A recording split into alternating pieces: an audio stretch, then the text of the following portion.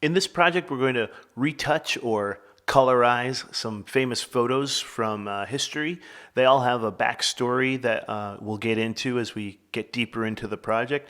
But the first step is to select a photo, download it to your computer, and then in Photopea, go to the File menu, choose Open, locate your photo, and open it up. So we're looking at this photo of a young man putting flowers into the bayonets of guns. And we're going to color it using the brush tool.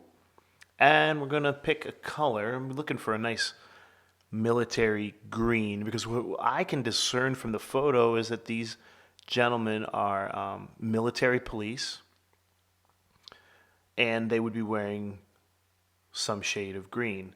Now, as we begin, you may notice that the color covers the image completely and we lose all the details that are inside that original black and white picture. So what we want to do is use our brush tool in a different way. So we're going to lower the opacity and the flow down to about 50% or so.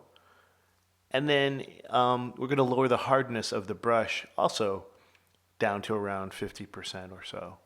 And you'll see the difference when we apply the color now. It's lighter, it's faded, and you can see the details underneath it.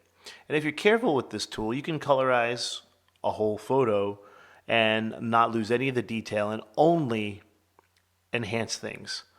So we're taking a guess at the flowers here. I would like to color them a bright color, so I'm choosing to make them a bright yellow color.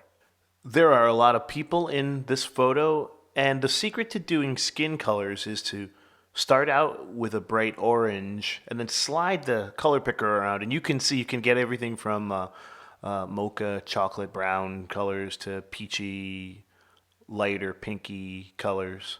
A lot of skin colors can be found that way by starting out in orange.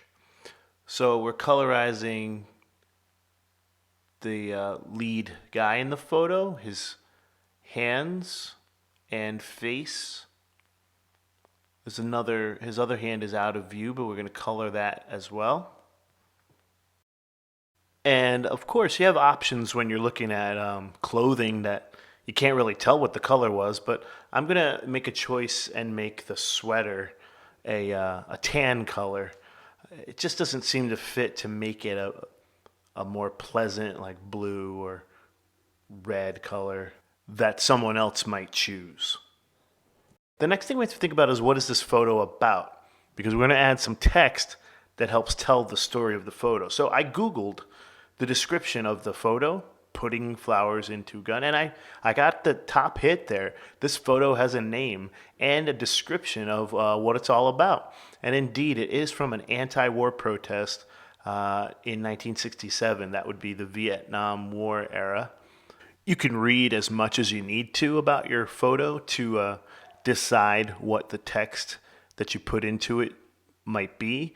You can choose the letter T in the toolbar. That's the text tool. There is a font picker on the far left, and also size and color options for you. I highly recommend on photos like these you use white for the color of your text.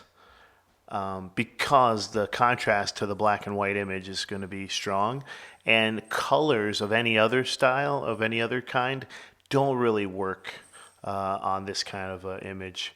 And we want the text to be nice and easy to read.